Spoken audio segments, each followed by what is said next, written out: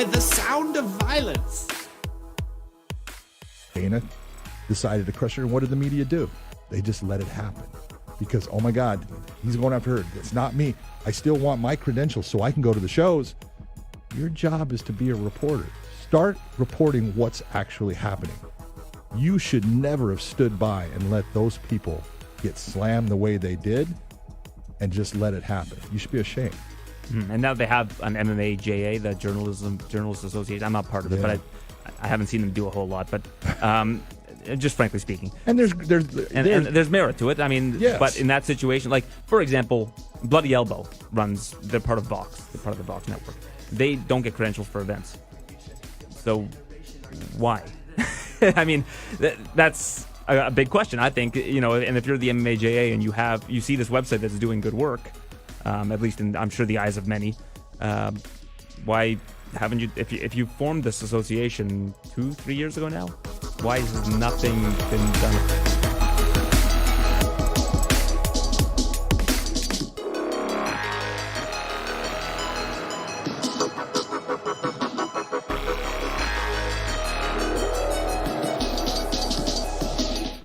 All right, we are back. Yeah, we are.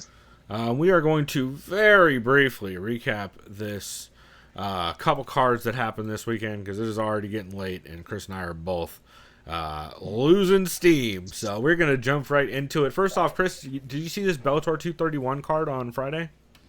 I did not. I saw a lot of highlights of the main event, or I hope was the main event.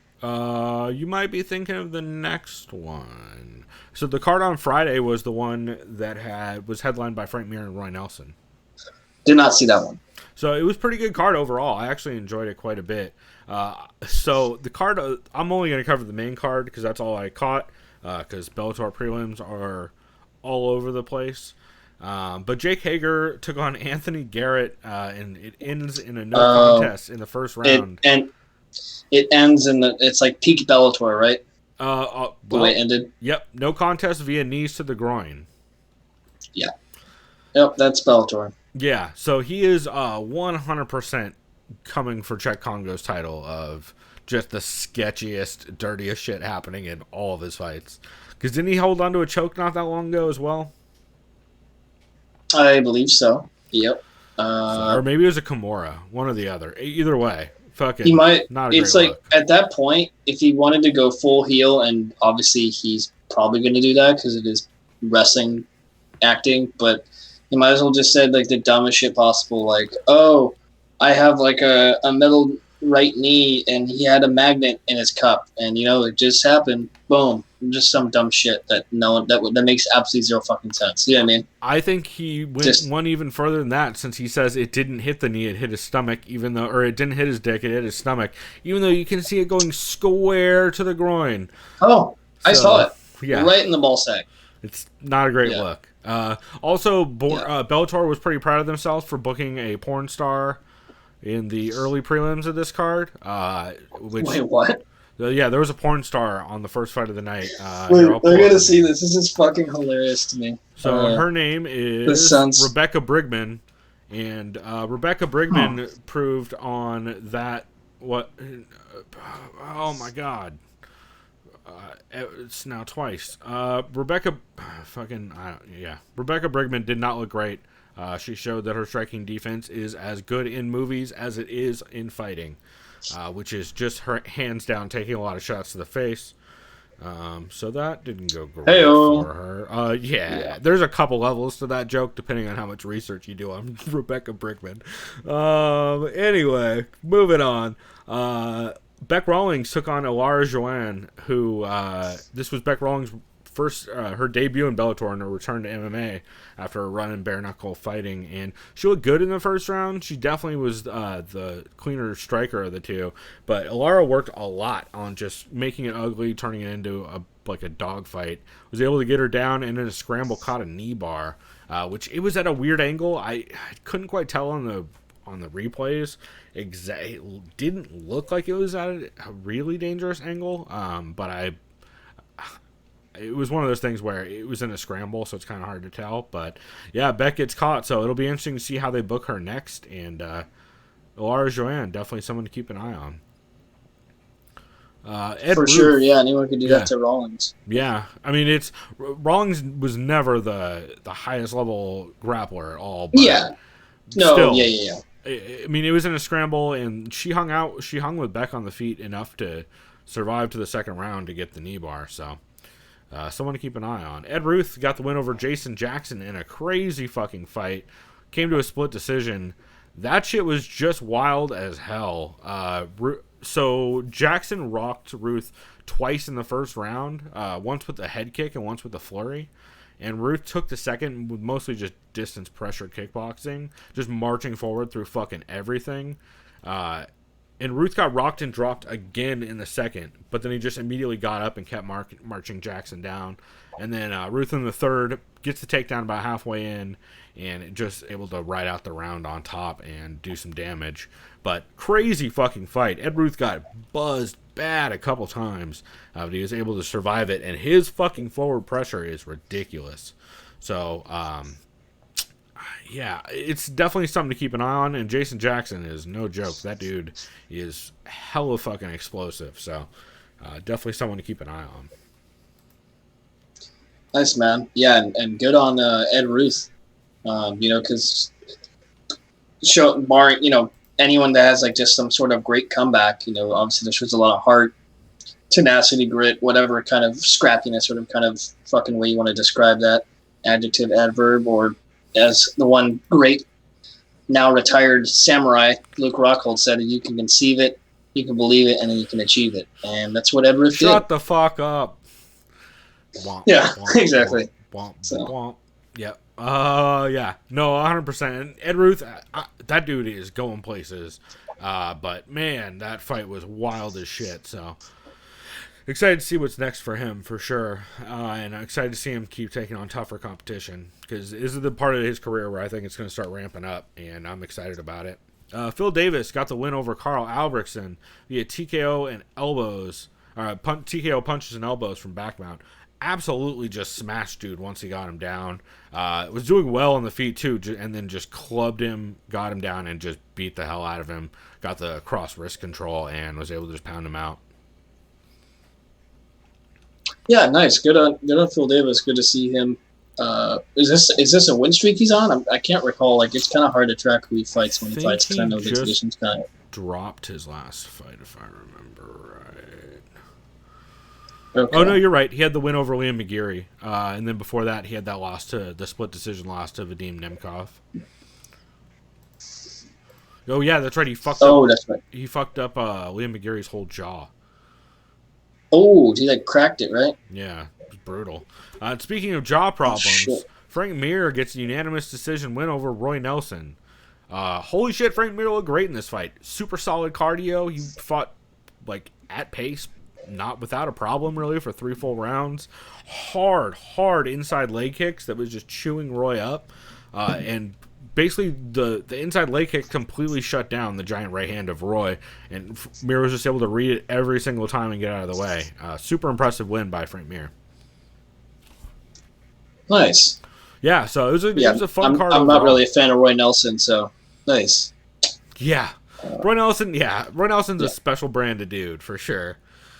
And then so we'll go to Bellator 232 here real quick and just crank through these. I don't have as much to say on these. I'm not even gonna start on the bottom of these main card. Manny Muro got the win over Nick Newell. It was a bullshit split decision. 100% Manny Muro won this. I believe it was the second and the third round without goddamn question. Just dominated Nick Newell in both those rounds. So big win for that dude, and it'll be interesting to see who Bellator books Nick Newell up against next, since they did say that they're going to have him back. Patrick Mix got a win via Sulaev stretch, which I honestly, that I saw like a clip of that. I barely paid attention to that fight because I was having, we'll say, internet problems. Paul Daly got the win over Sada Wad. Pretty wild first round of Paul Daly just walking him down and swinging mad fucking shots. This is like a knockout, right? Like like Semtex fashion. Yeah, he smashed him. Left hand and everything. Sadawad was trying real fucking hard the whole first round to get him down. Paul Daly's takedown defense held up. Even when he did get down, he was immediately against the fence and back up. And then in the second, just in an exchange, he catches him with a monster left hand and flurries on him and then follows up with shots and puts him out. So, big win by Paul Daly. And, man, when Paul Daly fights like Paul Daly fights are fun as hell. Then again, there's also the fucking MVP fight, which exists, or the John Fitch fight, which exists. So, I just want to see Paul Daly booked against bangers. That's all I want. And I heard rumor of I heard talk about them maybe running back the Lorenz Larkin fight, which I would love to see. Oh, dude, that would be, wasn't that a fucking competitive fight? Like, that was one of Larkin's first fights, right? It was scrappy, but fucking Paul Daly murdered him with the left hand, if I remember right. Oh, yeah. It'd be a fun one to see run back for sure, especially with Larkin looking real good lately after the win over Koreshkov. And then Douglas Lima got sorry, go ahead. Oh, no, I was just thinking aloud, like, anytime someone has, like, just those recent wins, whatever, and that window is open for a rematch, I'd say do it. Yeah, it'd be cool to see for sure. And then Douglas Lima got the 5-round win over Rory MacDonald to win the title and the $1 million in the Bellator welterweight tournament. Douglas Lima, congrats to him. Yeah, I mean, he dominated every part of that fight. You could maybe say the first round could go either way, I guess. But Douglas Lima handily took majority of that fight. Rory seemed to have some trouble pulling the trigger up until the last round. Rory, a lot of attempts for takedowns, pretty telegraphed attempts for takedowns, but oh my god, I'm gonna have to get up and close the door in a second. Jesus Christ. A lot of attempts for takedowns. Douglas Lima was able to shut every single one of them down and just start blasting him. Not a lot of leg kicks. I think he didn't really start using them until the fourth or so, but he did start landing them, and they were immediately causing damage. Also was able to really start landing the jab, and from there he's able to just work behind that and start landing consistently on Rory, who played a lot of outside kickboxing, didn't really land a lot, so it's unfortunate to see, but hopefully it's kind of I think it's kind of a good thing for Rory because he's been wanting time off, and this gives him a chance to take a year and kind of recollect himself, see what he wants. Yeah, I was about to ask, and I think you're going to do what he thinks next for MacDonald, and time off probably is the right call. Yeah, 100%. I'd like to see him take a year and just kind of reestablish what he wants to do, whether he wants to keep fighting. Because Rory's really young. He's got time, and he's... Yeah, isn't he still only like 28 or 29? It's crazy. I think he's right around my age. He's 30. He's born 2 months after me, so he's super young. I mean, he did start early, which is something to keep an eye on, but I think he just needs some time to kind of reassess and think about where to go from here, but because he still looks very good when he's on. Just a matter of he just seems like he needs some time to recollect. So I'm excited to see what's next for Douglas Lima, though. Dude is and has been showing out on motherfuckers for a long time now, and when your only losses since 2012 are to Ben Askren, Andrei Koreshkov, and Rory MacDonald, all of which were by decision. The Rory MacDonald one was a relatively close decision. Man, that is an impressive fucking record, and the wins he's put together are dominant as hell. Yeah, I'll get to this in a second, but it makes me think it just makes you wish that Ben Askren could have came to the UFC when he originally was supposed to, but whatever. It is what it is. Yeah, we'll get to that here in a sec, but big win for Lima, and I'm excited to see. I mean, that division's just always been fire, and I'm excited to see it continue to be fire. So, good win for him.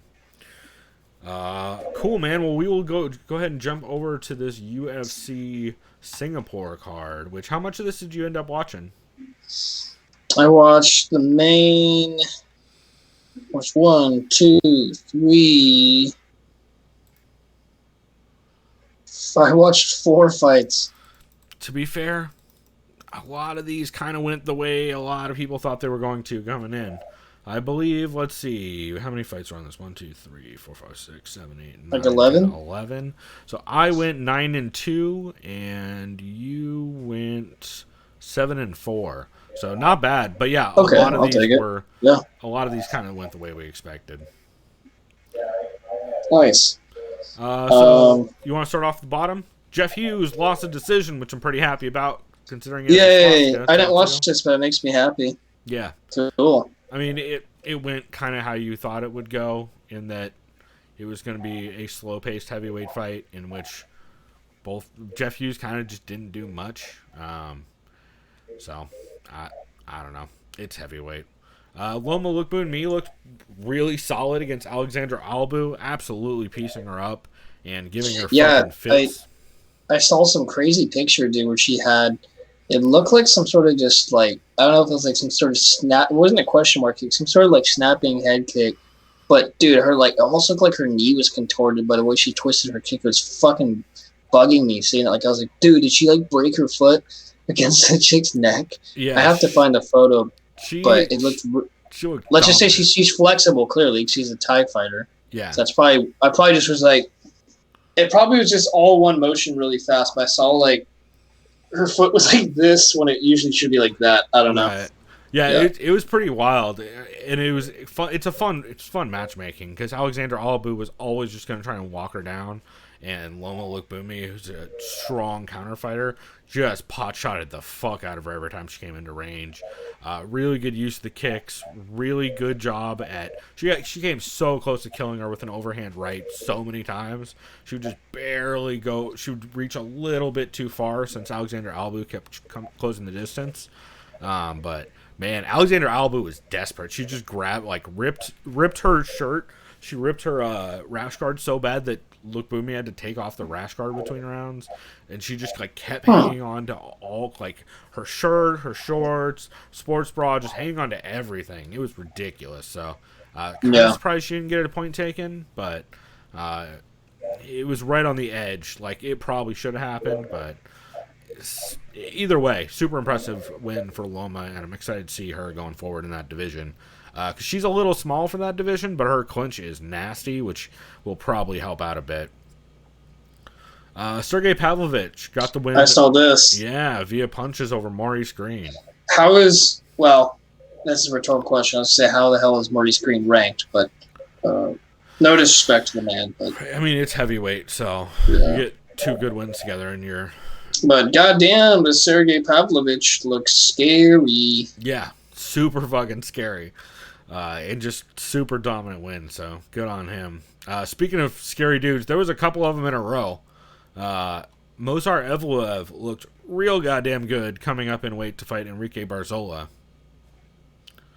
Okay. It was a lot of fun. He basically 12-0. Yeah, he absolutely took it to Barzola. Barzola, he started having a little bit of trouble with the pace late, but he was just getting blasted with stuff.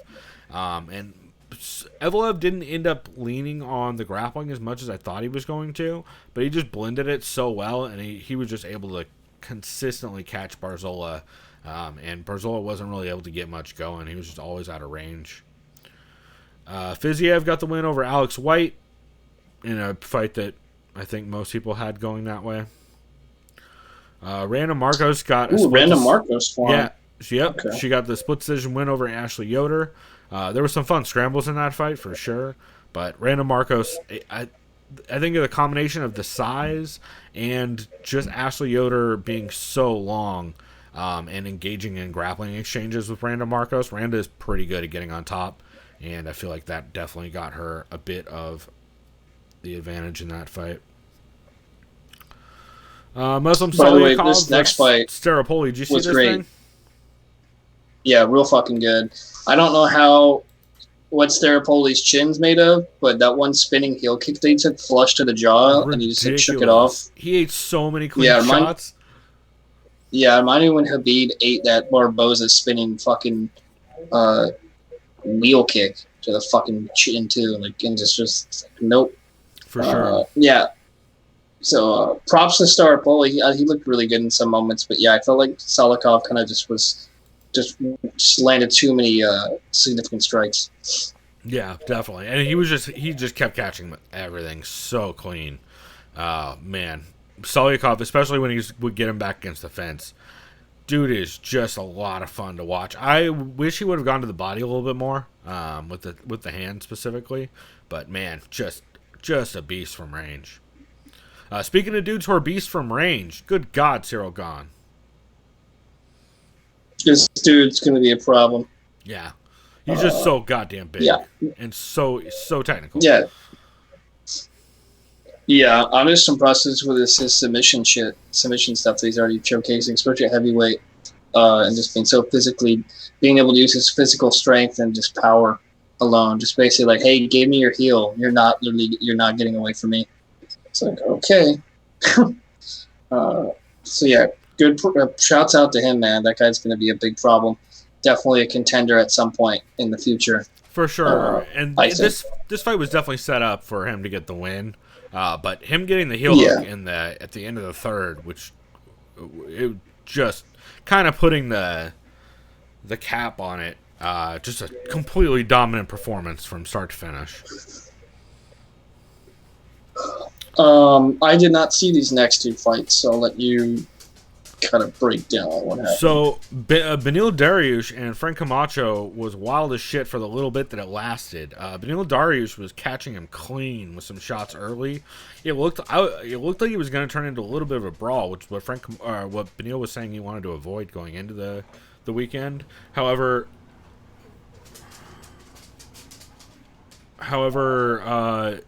sorry, I got distracted. Yeah, Beneil was able to fight and get the takedown and get the back. And as soon as he got the back, he was able to finish him with the rear naked choke. Nice. I remember. I think I predicted it was going to be Dariush just wrestling up for a decision, but that's impressive. He got the rear naked early on. Yeah, super dominant, super quick win, and it's good to see him get back to the win column. And so, how did this co-main event? So Stevie Ray looked real good, and Michael Johnson just seemed like he was having trouble pulling the trigger. The calf kicks were a problem early and often for Stevie Ray, and it was just a good performance. He just seemed to find the inside angle more often and land cleaner consistently over rounds. So big win for Stevie Ray. Nice, good for him. Good to see that guy back in the win column. Unless he won his last fight, and I'm being a dick, but. Yeah, I remember Michael Johnson landing some super solid shots in this fight. The judging was so all over the place between the two Bellator cards and this UFC card that it's kind of hard for me to tell exactly. Yeah, I'm getting some of the judging mixed up. I want to say Michael Johnson bombed on him in some of this, but I could be wrong because the whole weekend's kind of blurred together and I'm kind of distracted at the moment. So I guess we'll go ahead and get to the main event. Damien Maia got the win over Ben Askren via RNC in the third round. Man, what a fucking win. Big win for Maia. A fighter really doesn't have to prove anything anymore, but that's a big statement, submitting someone like Askren. I don't really have much to say about if I remember, I think Askren looked pretty good in the first two rounds. He's kind of controlling the pressure. I think he got a couple takedowns. He just couldn't really do anything with it. I don't even have to talk about his stand-up. That spinning back fist he tried to do. God. Jesus Christ. Some of those GIFs that are coming out of that are, oh boy. To be fair, he had moments where he was landing. He had some Colby Covington-ass offense there, like in parts, but boy, yeah. I'm just glad this fight actually had ground exchanges, because for the first round, I was like, oh no, they're going to kickbox for 5 rounds. Oh, fuck. So I'm just happy they went to the ground, and man, I think a lot of people predicted going in. I know Heavy Hands did for sure that a lot of this was going to come down to whether or not Ben Askren can just kind of funk roll his way out of, like, can he give up his back and still find a way out like he does against most people?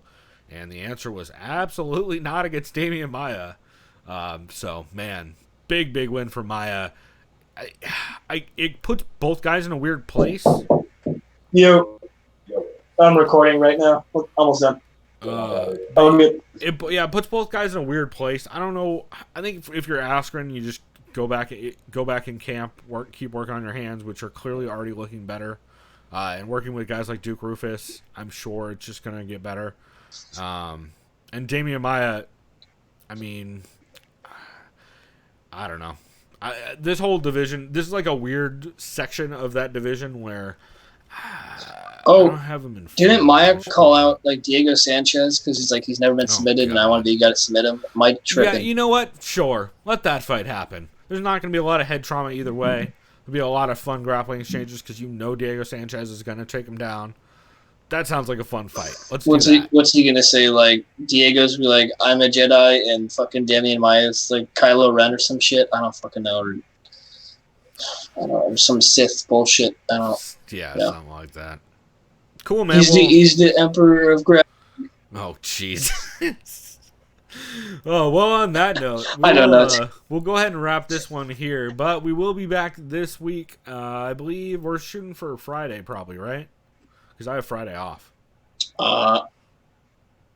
You have the day off? Yeah, we could do like Friday afternoon. Yeah, so we'll shoot for that because that works out well. Because I'm going to be hungover, so I don't want to do it first thing Friday morning. But there you go. We'll do a Friday afternoon one. I'm going to be drinking again, so this show will get a lot more fun.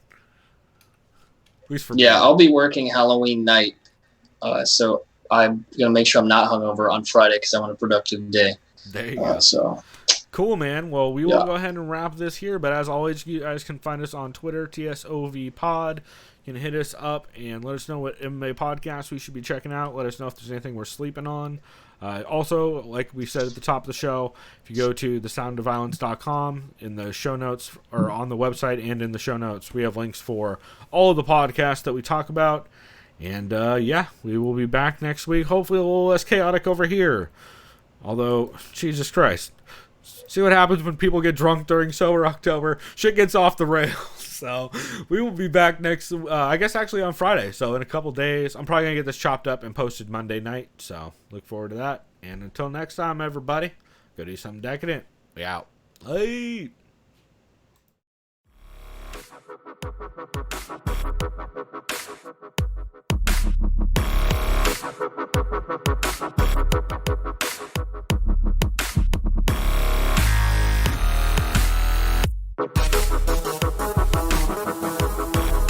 Liked by the sound of violence.